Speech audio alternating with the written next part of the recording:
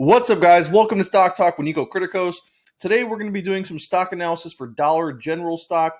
This company recently fell huge after they reported that their earnings for this year are expected to be lower than they were previously expecting, and that caused the stock to sell off quite a bit. As you can see, in the last month, we're down 28%. And this stock still seems to be falling a little bit. What I don't fully understand is that they're trying to say that Dollar General is going to suffer because consumers are not going to be spending money as much because of inflation, right? But Dollar General should be the last retailer that should be negatively affected by that, because if anything, if inflation is a problem for consumers, Dollar General should see more customers than usual. At least that's the way that I interpret it. So right around $160, $165, I started buying shares of this company. And if this was to go down further, let's say another 10% or something, then I would be very interested in buying even more shares. But let's get started with this. So first thing on our list, we're going to look at revenue and net income. We're going to see that on average, this company does about 9% per year in revenue increase. And then net income is about a 10% growth per year. If you want to see the long-term charts of that, we can see that right here. As you can see, they're very consistent with their revenue growth, so that's a great sign. And their net income also looks pretty nice as well, pretty consistent. Then the next thing I want to show you guys is the PE ratio history, because this is also a very attractive chart. As you can see right now, let's get rid of these ads. As you can see right now, the PE is pretty much at all-time lows. We're trading at 15 times earnings, right? And if we look at analyst estimates, we can see that, yes, EPS is expected to come down a couple percent. That's the other thing, too, is they only guided down by like 5% or something. It's barely going to be a difference. And then it's going to rebound by, a year later. So I'm not worried about that. I think we're picking up shares of this company at such low multiples that I'm happy to be buying shares.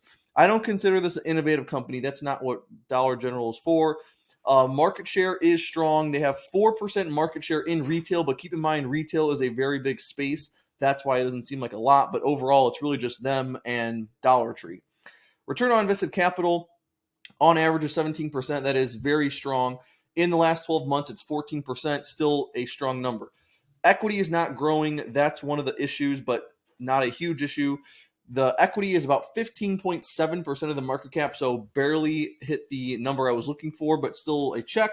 The share count has a beautiful chart, negative 4% per year on average, so that's going to help out the share price as well.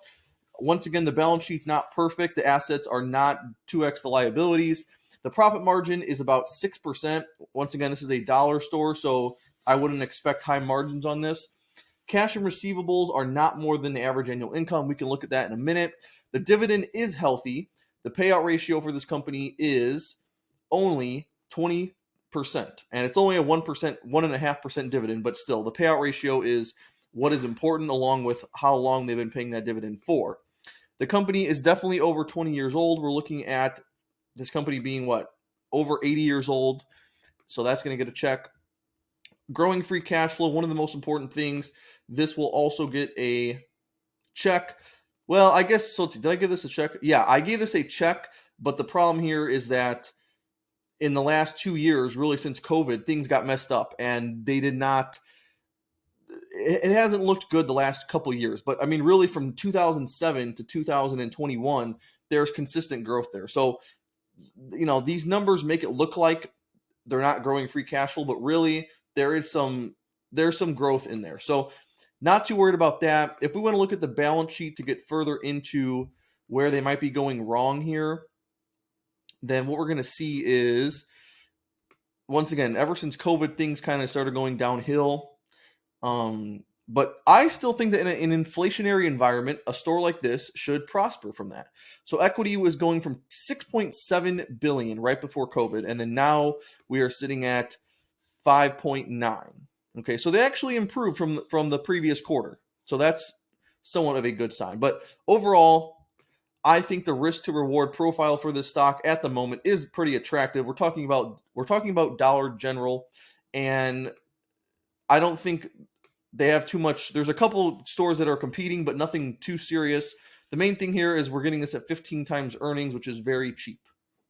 So that's why I'm interested in buying this.